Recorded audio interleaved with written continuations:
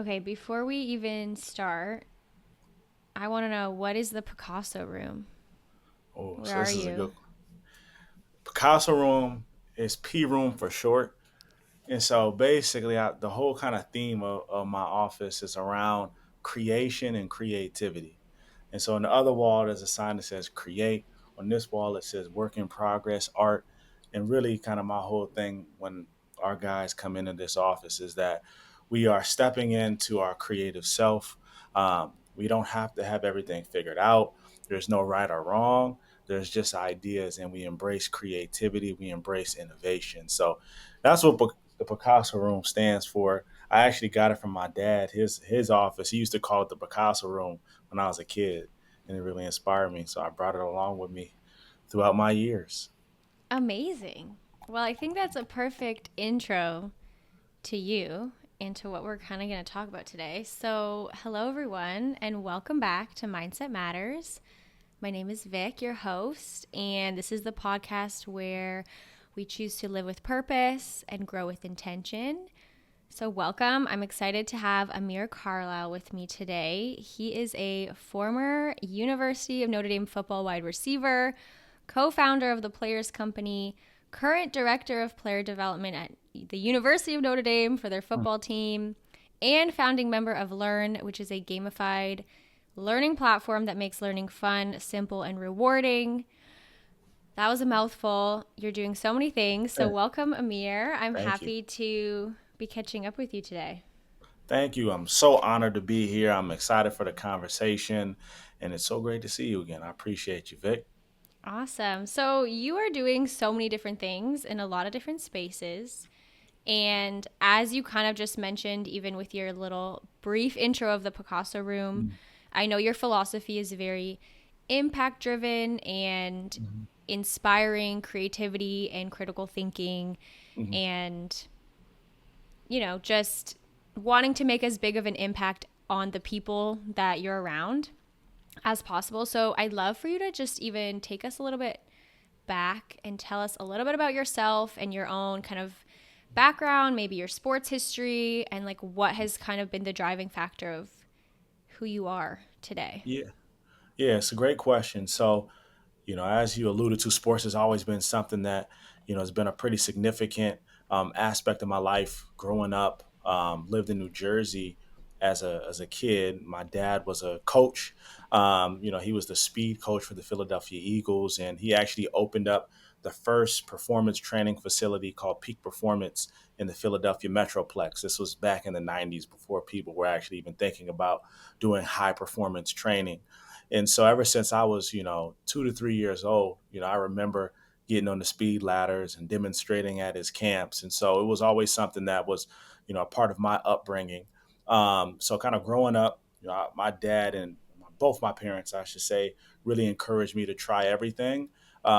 They didn't just kind of force me to focus on one sport, but it was, try as many things that you possibly could potentially be interested in. That's both sports and extracurricular. Really, my mom was on more on the educational side. My dad was on the sports side, and so it was really about trying to build kind of, my interests on both ends of the house.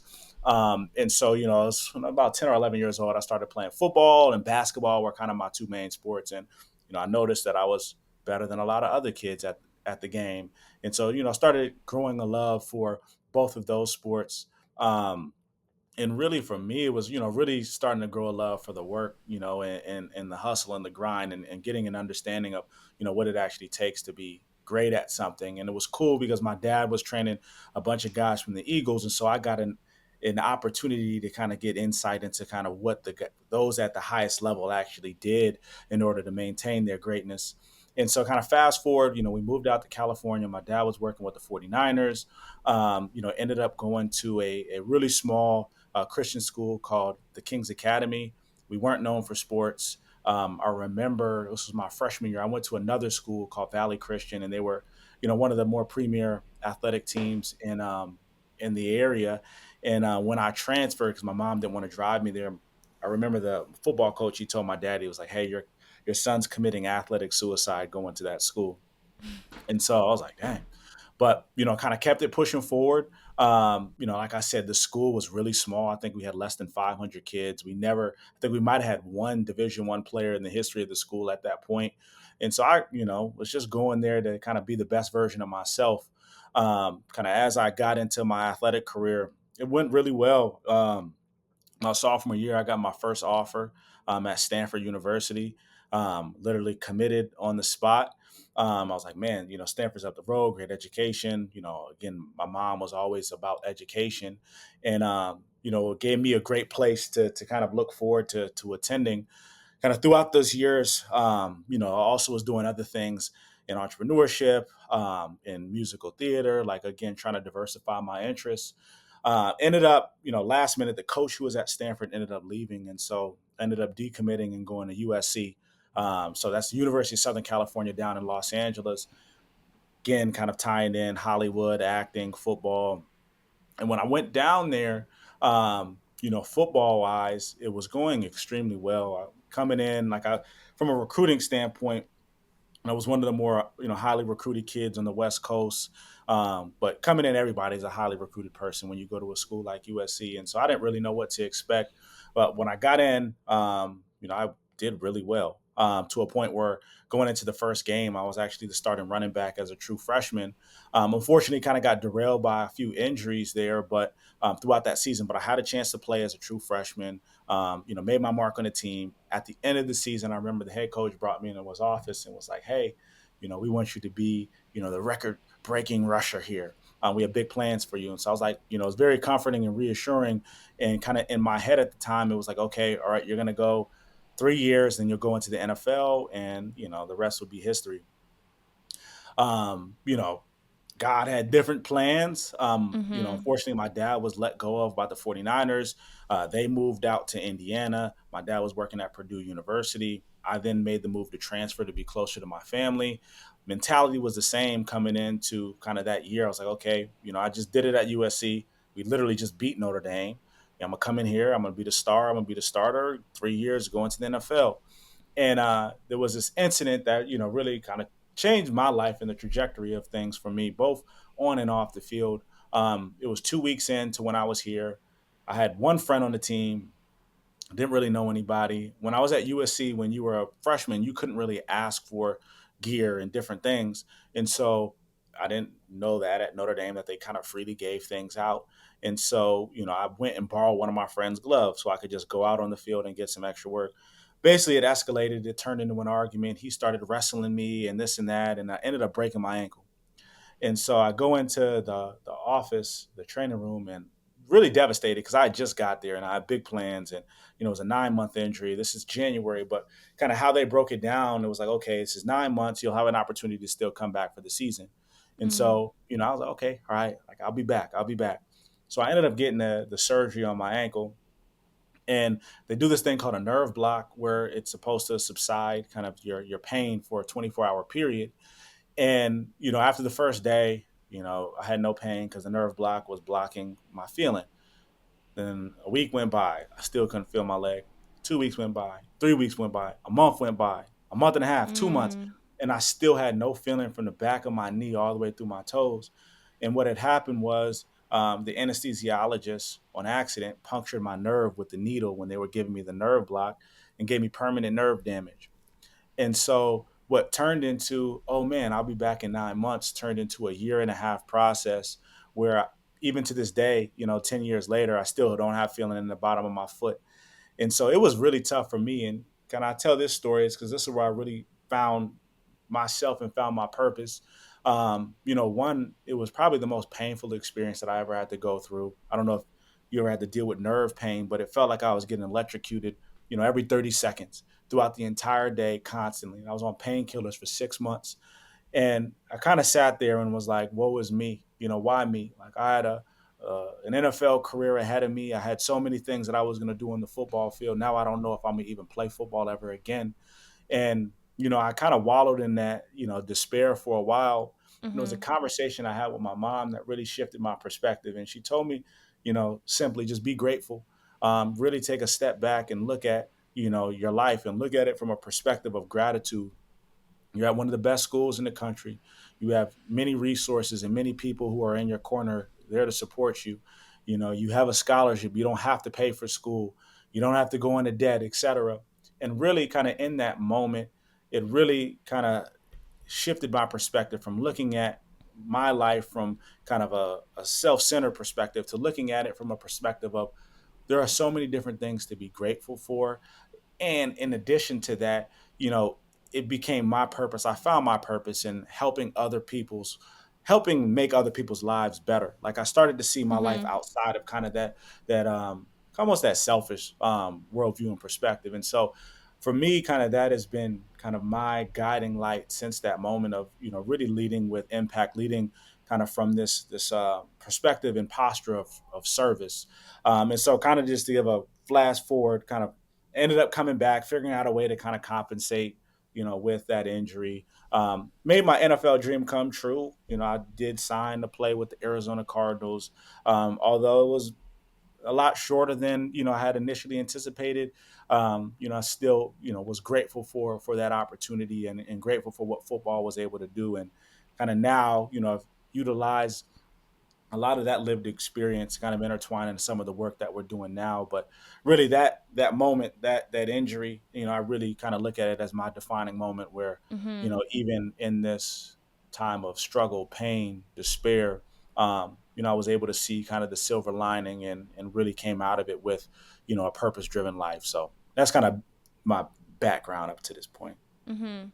Yeah, and I think obviously the big lesson is or seems to be, life sometimes has other plans than what we expect to happen. Obviously you showed up, you had your dream. Okay, I'm going to do this, play for 3 years, I'm going to go to the NFL, this is my life, and then that one injury completely derailed that. So now in your role working with players, like how important would you say it is to kind of foster this sense of having a backup plan or having interests outside of the sport you play so that they are almost prepared for when the potentially worst case scenario happens or they don't make their dreams happen? Because I think it can be great to have this one track mind and be so focused in what you want, but at the same time, if you put all your eggs in one basket, what is Mhm. kind of the detriment of that? Yeah, and that's a very interesting question, and kind of my perspective on it, and really my messaging around it is it's okay to have two dreams. And I think a lot of times we tell kids, especially in football, that you got to put everything on A or you're not going to succeed.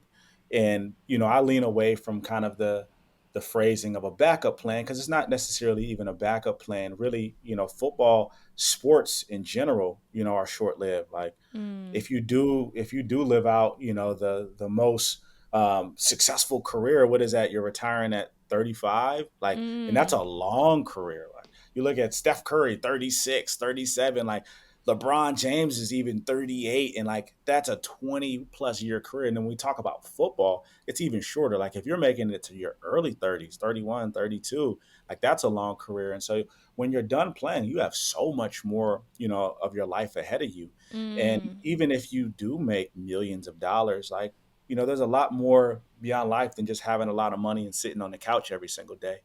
And so, what I really stress to them is, you know, find out what your other dream is. Like, it's you're coming to a school like this, or, you come to be in a position here so it's NFL and entrepreneur, NFL and an agent, NFL and a business owner, or it's NFL or if the dream doesn't happen. You don't want to just put it all on the NFL because, like, when you really look at the NFL is um, it's a vicious industry. One, it is extremely short lived. It's extremely cutthroat. There is very little stability in it. And when you look at it was a stat that I saw the other day, when you look at like the average player, the average career earnings, taking everybody into account, that's those that just make training camp and get cut. The lifetime career earnings of that average player can be equated to the lifetime earnings of a teacher. And so, like, when you look at it from that perspective, you don't see teachers out there driving the brand new Benz or a Lambo or getting chains and this and that. And so from that vantage point, it's like, man, you really want to put yourself in a position, like the NFL or football itself is because now even like kids make money even earlier.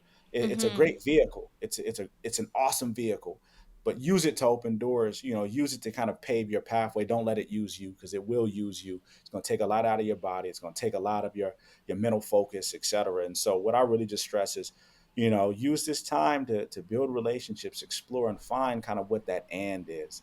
So that's Mm. like one of my taglines is find your and. Um, Love that. you don't want to just put it all on one because I've seen a lot of people unfortunately struggle because of that. Mm-hmm. Absolutely. So, how does it feel to be back at Notre Dame, but now as a director of player development? It's really awesome. It's super fulfilling. I think this is kind of the intersection of a lot of my passions, and it's really one of the cool things about it is that I get to bring my lived experience to the job every single day. And so, there are things that I wish I would have done differently. There are things that I felt like I did well, and I really get to impart, that knowledge and those experiences to, the next generation. And it's really cool. You can see, tangibly in front of your eyes, just the impact of your work. When you're talking to a kid, and you see where he's at one point, and he might be down and dejected, and you have a conversation after conversation, and you see kind of the things that you're stressing in these conversations manifest themselves in their lives, whether that be in the classroom, whether that be in their personal life or on the football field. And so, that piece, about this role is really cool and really awesome. In addition, I feel like I've gotten a second chance to, really do right what I feel like I didn't necessarily do Mm. well the first time. And so for me, I was that guy that put everything in on the NFL. Like I did some around kind of exploring my interests, but when it came to like actually meaningfully putting myself out there to build relationships and really try to set myself up for my encore, I felt like I fell really short. And so now, kind of being the liaison between our guys and alumni and these different alumni clubs, it's also put me in a really awesome, advantageous position to build the relationships that I wish I would have done the first time. So Mm. it's been a great experience, I'd say. Awesome. And okay, what do you think? And I feel like this will be a good segue into like the next part of this conversation, but what would you say is the biggest difference between college football now and college football 10 years ago when you were there?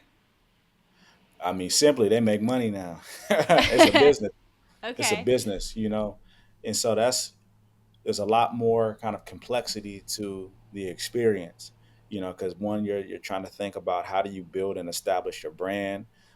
Two, your performance can actually, there's a dollar amount attached to your performance, because that could mean greater brand exposure, which is more brand deals, which is greater opportunity for you. And so I think the experience is included a lot more factors to it. And factor number one is that we were broke. These kids are pulling up in some nice cars now. Mm. And so, okay, with that, like arguably that adds a lot more pressure on them because, okay, there's social media, they can make money. There's maybe the pressure of like online communities and online judgment that's coming through. And I think sometimes we forget like how young these kids are going to college. So now they're navigating not only living out on their own for the first time, but they're making this money. They're trying to be a student athlete. They also want to succeed. Like, I guess, how do you help them kind of navigate or even transition into the pressures and like all of these new things that they're experiencing on top of the fact that now they can also make money and there's these tangible results that are directly related to their performance. Yeah, it's a great question, and kind of my approach is really helping them develop their process. It can be a lot, and it can be very overwhelming, but especially when they're assimilating into kind of this new environment, it's about kind of taking each thing one thing at a time. And so the first thing is just preparing them to be a great student, how do I just balance my time and how do I balance my sport? And then from there, as you're preparing them to be, prepared. And that's just show like at first it's just showing up. Are where you're supposed to be? Are you there on time? Do you understand like how to maximize whatever that time is so that could be taking notes in class? That's just teaching them how do you even work out? Like how do you eat properly? How do you train? Like very fundamentally. And then, as they grow and mature, it's now helping them figure out, what is their process, and I Mm, think I'm really big on, taking a goal and breaking that goal down into, a set of habits. Like I always tell them, everybody has goals. If I were to ask each of you today who wants to be successful, everybody in here is going to raise their hand. But what really truly separates those that are successful versus those that aren't, are really the habits that, that they instill and demonstrate on a daily basis. And so kind of my catchphrase is you don't fall to the level of your goals, you fall to the level of your habits. And so figuring out, how do we actually take a goal and how do we break that goal down into a set of habits that are both achievable and that we can commit to on a consistent basis. And mm, so, what are our habits in the classroom? What are our habits um, from a professional, personal development? What are our habits from a career exploration standpoint, from a networking standpoint, and obviously from a football standpoint? And so, like, you kind of build up, in my opinion, and you kind of tackle each of these things kind of one at a time. Because if you just look at the output, yeah, shoot, someone can be successful in a given year or in a given event. But like, how do we compound on that success? How do we do it week after mm, week, month after month, year after year? And that really, those are the habits. That's our process that is going to help us achieve that end goal. And so, right now, even working with younger guys and figuring out what is that, because like there's a lot of exploration. Everybody's is a bit different. One person might like a cold tub, another person might like a sauna, someone might like both. And so, figuring out kind of what different, activities, what different things that are a part of that person. And so, a lot of it, I think there's a component of like embracing iteration and just trying things and learning from things. mm, And so, it's kind of like, did this work? Did it not work? So you're almost kind of that sounding board of, figuring out kind of what's working, what's not working. And from a from a brand standpoint, kind of, I delegate all of that stuff to our brand team. Like they do a great job of helping our guys, kind of educating them around that piece. But kind of my messaging from a money standpoint, if you take care of your process, the money will take care of itself, right? Like mm, let's not focus on that. Let's focus on building a championship process routine, and that'll lead to that. But if you kind of mm. flip it and work backwards, now I'm focused all on the money, your whole approach is going to be discombobulated, and from my belief, you're not going to actually achieve the end goal. So that's kind of my approach on how to actually help these young men balance kind of all these different factors and things that are going Mm-hmm. on in this new world of college athletics. Okay. Yeah, I like what you said about kind of that backwards design of like, okay, what is the goal? And then how do we break it down into, even defining what success means for you, right? So finding your Yeah. and then working backwards. And absolutely, habits are so important because there was one thing you said about, how can we not just bring success for, Mm, 1 month, but how can we do it consistently? And I mm, think those habits especially are important when, things happen like an mm, injury or something, maybe there's a death in the family or there's something outside of you that can sometimes derail your progress. So I think having those kind of solid foundation of routines, and whatever process again works for those individual people, mm. just to help steer them back in the right track when things go wrong, because I Yeah. think consistency is so important, but we can't necessarily do that all of the time. So I think helping them build Mhm. and breaking it down into different areas of their life Mm. is really interesting. Yeah. Yeah. Because this has always been kind of my approach as well. Like if you have so many different things going on, and if you try to take the weight of the world upon your shoulders all at once, it just you get crushed by kind of the overwhelming Mm. aspect of trying to do so many different things. Like if you came into it and you're 17 years old and you're like, oh, I got to build a brand, I got to make money, I got to take care of my family, I got to go to class, I got to manage this, I got to be Yes. a good athlete. It's like, oh my gosh, like, and so it's like, man, let's break this down and one thing at a time. Let's give you bite-sized, digestible pieces, and like you said, a lot of it is self-exploration. Figuring Mm-hmm. out who they are as it relates to these different and new experiences. Um, and so that's why it's definitely kind of taking this. And I like to see myself as kind of this co-designer within kind of their life, right? Like you're figuring this out as much as they're figuring it out. They're mentoring you as much as you're mentoring them. It's like that's been really kind of one of my kind of core beliefs is like leading with empathy and like really, and that's something I've really been working on. I think over the last few years of like really being a good active listener because just as much as I'm learning from them, or just as much as they're learning from me, I'm learning from them. And I Mm-hmm. got to be open and receptive to everything as well because it's helping me build and helping me learn and helping me gain new perspective and helping me become more effective at what I'm trying to do. Mm-hmm. Okay, what is like the weirdest or most unique player habit that you have seen?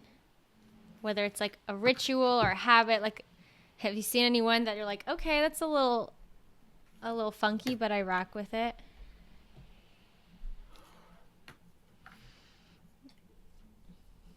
It's an interesting question. Um, like you got some people who do some like real weird like routines, right? Mm-hmm. Yeah, like Um, what? Like I'm just like curious. back in the day, like some teammates wear like their lucky underwear, before every game, Uh, so like some like stuff the like that. superstition kind of. Yeah, Okay. So like Mm-hmm. some superstitious stuff. I haven't seen anything yet. I mean, back in the day, like you had a weird, the lucky underwear dude wear his boxers before every game and wouldn't change the boxers. They would be the same ones. Okay. I hope he washed them. I don't know. That's what made them lucky. Yeah, I don't know.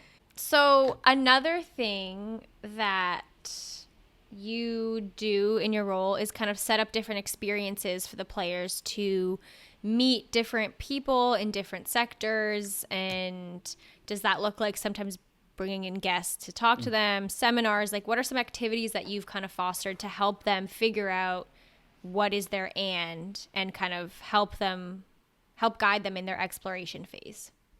Yeah, so I'm all about creating um, infrastructure, right? So like you got to create the infrastructure in order to kind of progressively develop somebody. And if you're going to progressively develop somebody, there's got to be an end goal.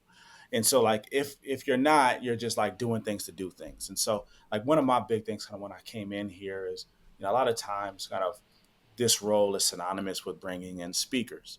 And, bringing in speakers is helpful at times, right? And I think it does play a role in somebody's overall development. But if the only thing you're doing is bringing in speakers, all you're doing is providing an avenue for just more information consumption. And these Mm. kids, like in the world that we're already in, like we're consuming information all the time. Like it's on TikTok, it's Instagram, it's on YouTube. And so if you're just giving more information, without actually intention behind it, it's going to fall flat and it's going to go through one ear and out the other, and you're not actually going to be effective in what you're doing. And so, kind of, my first step was figuring out, okay, what are our focuses? Like, the hard thing is that you have, a certain amount of kids that you have to be responsible for that have unique experiences that also have unique interests. And so, you want to try to be everything for everybody. But if you do that, then you lose kind of the impact of the work. And so, really leaning into focus. And so, what we've done, kind of from a programming standpoint, is the three focuses. There's three pillars: financial wellness, career exploration, and relationship building. And so each one of these pillars has its own kind of progressive um, progressive pathway.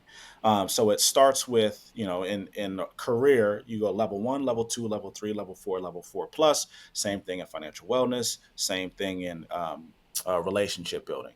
And so when we talk through career, for example, level one is potentially going to be um, informational interview. So like how do we just expose people to, alumni, different careers, and let's just have conversations. Let's gather information. Let's make sense of that information to get greater clarity as to what our next step is. Level two now is more experiential. Now we need to get out into the field via career treks. How do we go to a company? Let's use the information that we got from level one. Let's get an understanding of that information. And now let's use that to inform, okay, I had a great conversation. I think finance was really great. Now let's go to New York. Let's go to all these different financial firms. Now let's actually see what these careers look like, feel like in real life. So now again, it's another step to kind of gather information and get clarity to the next step. Now, the next step is let's have an immersive job shadow. So now we're taking that information. Oh, I really like private equity.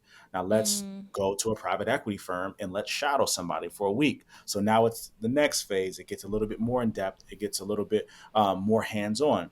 And then the next step is now let's transition them into an actual internship. Mm-hmm.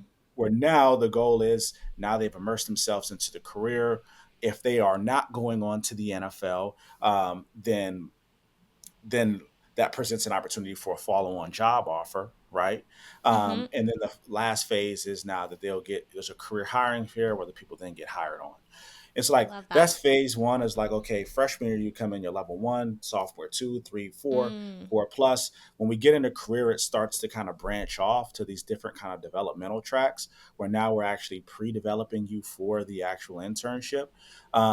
All of it, our benchmark is job placement rate. You're either going to the NFL, you're going to grad school, or you're going into the workforce. And so that was kind of phase one of kind of building out kind of this progressive plan. And again, part of it, there's a speaker element. Part of it, there's a workshop element. How each of these kind of pillars manifest themselves from a programming standpoint is it's think of it as like a class. We're actually meeting on a weekly basis. Um, we're meeting on a weekly basis. Uh, they're coming in. We have a speaker. We have an activity. We're going somewhere, and so that's kind of how the program works. And kind of this next phase of kind of what I'm Mm-hmm. building out. We have a great network of people, and so my goal is to index the network. Who's out there? What do they do? And most importantly, how do they want to help? And so Mm-hmm. basically, the program progression is matched to how alumni, supporters, and friends want to help, and then I take kind of that nucleus and then plug them into the framework. So now I know who's here to offer an informational interview, who's here to offer a career trek, who's here to offer a job shadow, et cetera. And so now you really can lean into kind of the differentiating factor. And so that's what it looks like. My big thing, like I said, it was like, how do we build the infrastructure around this to make this repeatable? I'm Mm-hmm. all about, as you alluded to earlier, I'm all about building scalable solutions to problems. And Mm-hmm. so part of that is like operationalizing the actual development piece. Love that. And what I love about that too is it gives them the chance to explore. And what if they hear a speaker, they think they like it, but then they go and apply and find a job and they are like, wait, this isn't for me. So the process of them having some sort of internship set up, they can actually explore and test it out and confirm whether or not it's something that they could actually see themselves doing more long term, which I think is so important because I don't know. I know so many people, we Mm. try one thing, you think you will like something, but then when you're actually in it, you realize you don't. And I think obviously we're here, it's mindset matters. Like the mindset piece is understanding that, okay, exploration doesn't mean a failure. If you try something you don't like it doesn't mean you failed. It just means that, Hmm. okay, you can shift and find something different. Yeah, and that's one of my big lessons that I've learned.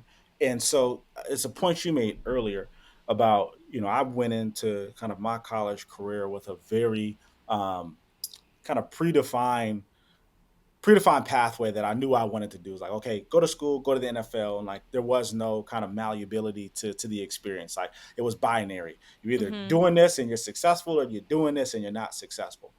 And now kind of my entire approach to kind of how I work with the kid our guys, to how I build my businesses, to how I just live my life is like really embracing this principle of learn fast, pivot faster. Mm. And everything that you do is an opportunity to learn. Like if you're building a business and you have no clue what to do, just do something, because when you do something, it's going to generate information and you can learn from that information. Learn fast and then take that information and pivot faster. Mm. Use it, make sure that it's intentional, and use that information to then dictate kind of what you need to do next. And like it's really kind of taking this iterative approach to life that there is no binary outcome. Like there's no right or wrong. you're not successful or not successful. You're not a failure or a success. You're merely learning. Every day is a learning experience. And really, your goal should be to intentionally learn from those experiences. And if you learn fast and if you're able to pivot faster intentionally, you're going to, achieve whatever you want to achieve. You're going to achieve whatever your definition of success is. But you've got to be open to the information that is being generated by the different things that you're doing in your life. Absolutely. I love that. I think you said it perfectly. And one thing that was really cool that we got to collaborate on a while ago was you actually used my gratitude journal with Mm. some of your players. So, for anyone who doesn't know, I have designed the Mindset Matters gratitude journal, and it's essentially a daily journal, which I have right here. It's a daily journal where it essentially prompts you to think about things you're grateful for. First thing when you start your day, write down some action items, what you want to get done that day, and then coming back and writing 3 good things about the day. And the intention behind the journal is really focusing on what we have to be grateful for. I know you talked about gratitude with that conversation you had with your mom when you were focusing on woe is me, this is not what was supposed to happen. And I think it can be so easy to feed off kind of negative energy or to think something goes wrong that means everything is derailing or nothing is Mm-hmm. working out. So the intention with the journal was really to create a space where you can focus on what you have to be grateful for, what are the things that are going well, and how over a period of time focusing on gratitude can start to shift your mindset to be more Mm-hmm. positive. So I'd love to hear a little bit about the experience. Like, how did you use the journal with your players and how did it go? What was some of their feedback? Because that's super exciting to me that, someone got out there and used Mm-hmm. it. Yeah, no, it was a great experience, and it was a part of. We had kind of this whole gratitude challenge, and so like again, my goal is to get them to see kind of their lives outside of kind of this kind of, I wouldn't even call it self-centered perspective, but creating a worldview that really is receptive and embracing of other people and the betterment of other people.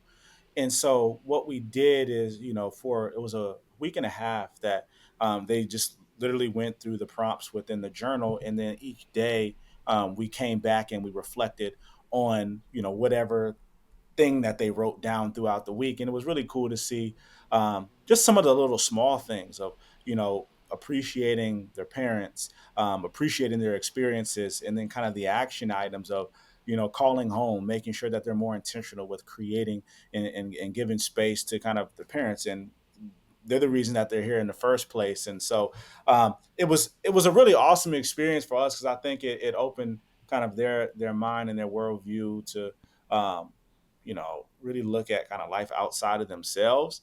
and Mm-hmm. and with that, I think especially at this university, just in general, like we're creating and developing young men to be powerful forces of good in the world. And in order to do that, you got to understand that there are a lot of people out there that need help. There are a lot of people out there that don't necessarily have it as good as you do. And so when Mm. the food, when you're complaining that the food isn't good, when you have people that don't even eat, I think it hits differently. And so for them, I think it really kind of brought them back to just the appreciating the smaller things in life. And like you said, it's just approaching life from perspective of optimism. Like, and I think that's so important for anybody, if you're a leader especially, that you've got to be optimistic. Nobody wants to follow or be a part of a team with somebody who's pessimistic, like, oh, we're going to lose, like we're not going to do it. Like, you got to be optimistic.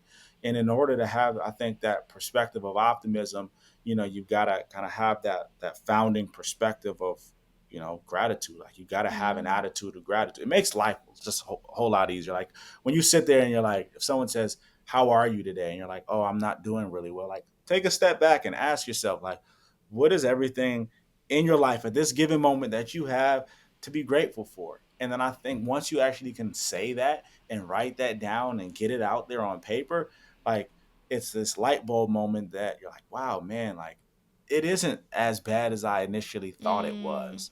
And so for us, I think that kind of exercise, brought that kind of realization for them, and it's something that I would love to even continue to utilize because you got to just be constantly reminded, like it's not just 1 week, because at times how it gets life, it ebbs and flows, and there's peaks and valleys, and sometimes during those hard times, we want to default to, man, like why me, like why are things going so bad? And it's like, no, like you got to continue to remind yourself. And so I think it was a great reminder. I think it was a great exercise to really dive in to figure out what those little things are that we have to be grateful for.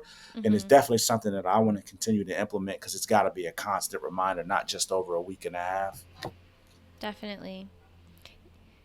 Yeah, and I find even for me, when I use my own journal, like, Mm, obviously I made it so I could use it too, but it's like I notice the difference in my own mindset for weeks where I'm consistent and I'm like, okay, every morning I want to take those 2 minutes to write mm, what I'm grateful for. And what I love about this journal specifically is it's like, it's small. It's not, mm, you don't have to write a whole lot. There's not a million prompts.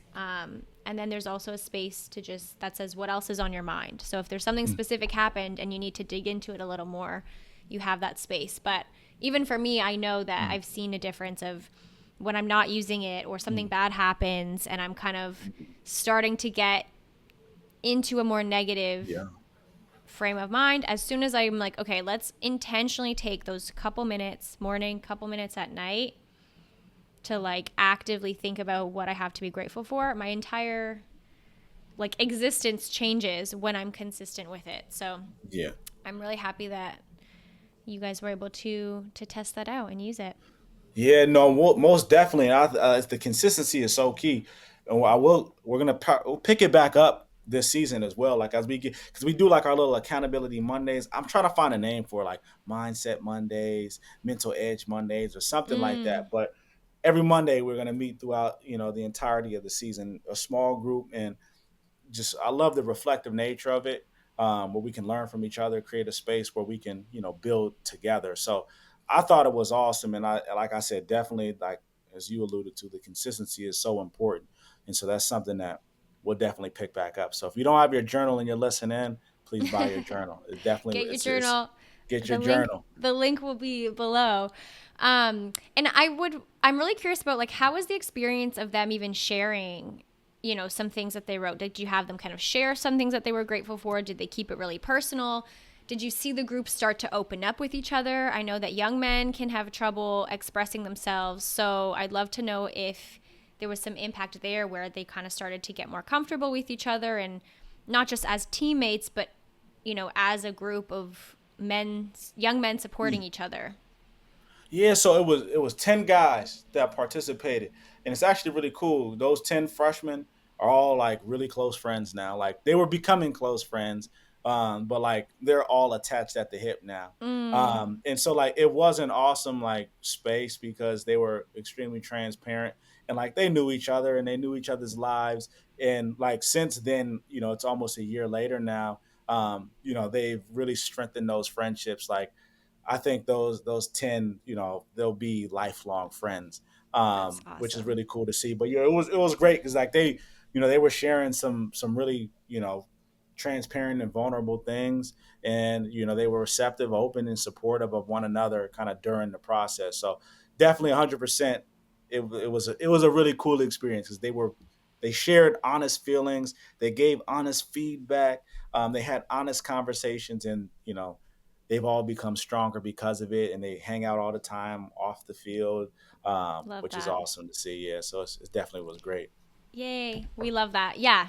It's so nice. You need supportive people in your life. And to all the men listening, it's okay to talk about your feelings and talk about, and creating a space for that, I Yeah, think, is really yeah, special for them because as soon as you have a space to do it and it's like facilitated in that way, I think it becomes a lot easier.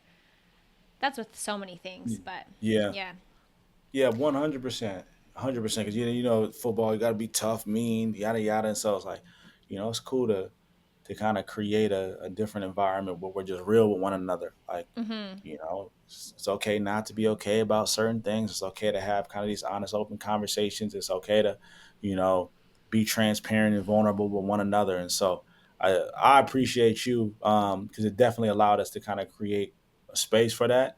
Um, and I think as we continue this, I think it'll only get better as we kind of grow the group, get more feedback, and kind of iterate on that. But it definitely was an awesome experience. Awesome. I'm glad to hear it. So what's next for you? What are you excited about right now? So my big thing, as you talked about earlier, is around education. And my goal is to change education by reorientating it to be more aligned with industry, like really truly building a system that prepares our kids for life after school, not just to be good at school. And so that's where a lot of kind of my research is centered around. And so it's a longer tail kind of a longitudinal kind of data study that we are embarked on. But I think if we can get this right, I think we can make a meaningful impact, helping prepare kids, creating more productivity in our economy, creating greater optimization between potential employees and the actual jobs, creating better team optimization within actual companies, creating better pipelines and on ramps from school into the workforce. So that is kind of squarely where a lot of my focus, time, and energy outside when I'm going home and I'm staying up to 1, 2 in the morning. That's the problem that I'm, looking to solve. Because I think now, how our system is set up, you know, in a sense, it kind of optimizes for inequity.